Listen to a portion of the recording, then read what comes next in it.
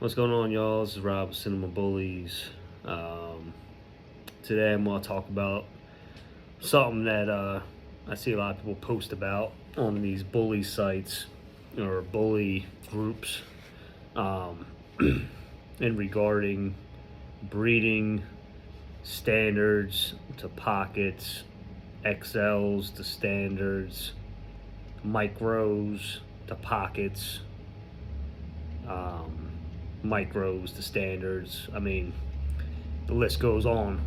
Um, but the most common thing I see would be standards to pockets. Um, when you breed a standard and pocket dog, you will get attributes from both dogs throughout the litter. Some will be bigger, some will be shorter, some of them will be more boned up, some will have wider rib cages, some would have bigger heads. Some will have more angulation.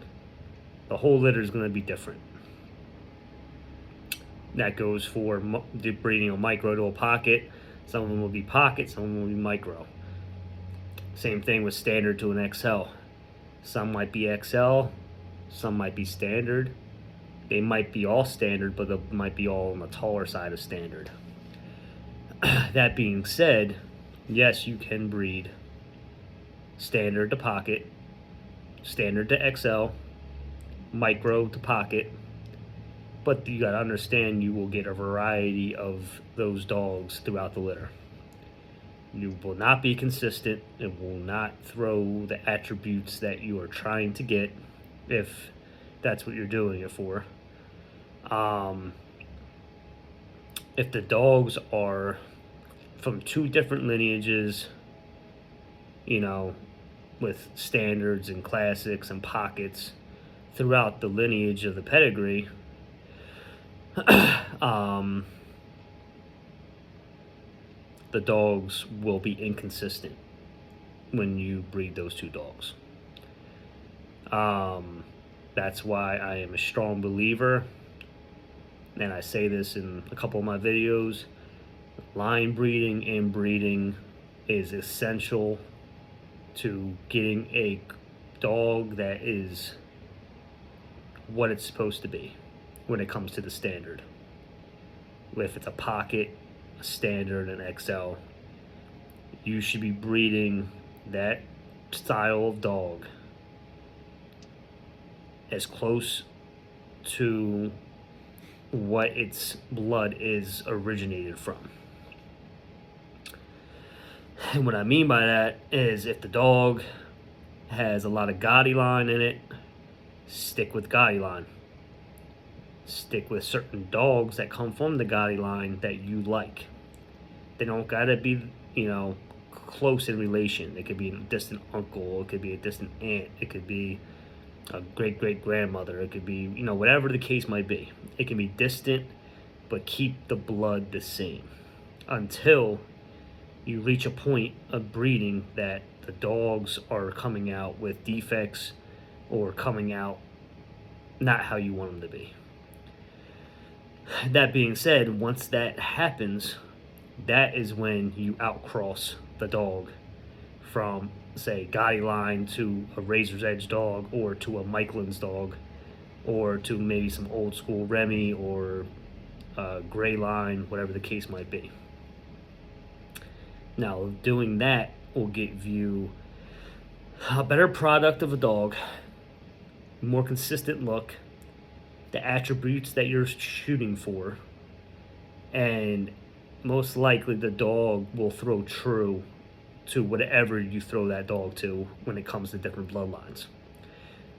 That being said, the dogs you keep off of doing those tight line breedings or inbreedings, that would be one of your stable, studs or stable bitches that you will keep for your program, and just breed whatever else you have in your program to produce dogs that will have the desired look that you are looking for with a twist.